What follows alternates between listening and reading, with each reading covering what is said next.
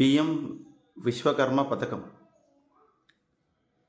దీన్ని 17 సెప్టెంబర్ 2023 తేదీన ప్రారంభించారు. ప్రధానమంత్రి మోడీ 73వ పుట్టినరోజు మరియు విశ్వకర్మ జయంతి సందర్భంగా ఈ పథకాన్ని ప్రారంభించడం జరిగింది. దీని యొక్క లక్ష్యం ఓబీసీ సామాజిక వర్గానికి చెందిన 18 కులాలకు ఆర్థిక భరోసా కల్పించడం. ఈ పథకం కింద ఎలాంటి పూచీకత్తు లేకుండా 3 లక్షల వరకు రుణం కల్పిస్తారు. ఈ 3 లక్షలను 2 విడతలుగా అమౌంట్ చెల్లించడం జరుగుతుంది.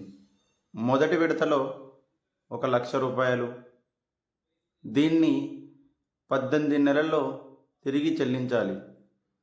రెండవ విడత 2 లక్షల రూపాయలు రుణం ఇవ్వడం జరుగుతుంది. ఈ 2 లక్షల రూపాయలను 30 నెలల్లో చెల్లించాల్సి ఉంటుంది.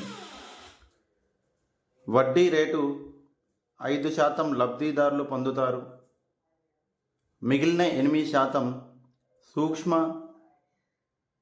చిన్న, మధ్య తరహా పరిశ్రమల శాఖ చెల్లించడం జరుగుతుంది. లబ్ధిదారులకు 40 గంటల వరకు ప్రాథమిక శిక్షణ ఇస్తూ రోజుకు 500 స్టైఫండ్ ఇస్తారు. లబ్ధిదారుల ఎంపిక విధానం: మొదటగా 18 సంవత్సరాలు నిండి ఉండాలి. దీనికి నమోదు చేసుకున్నటువంటి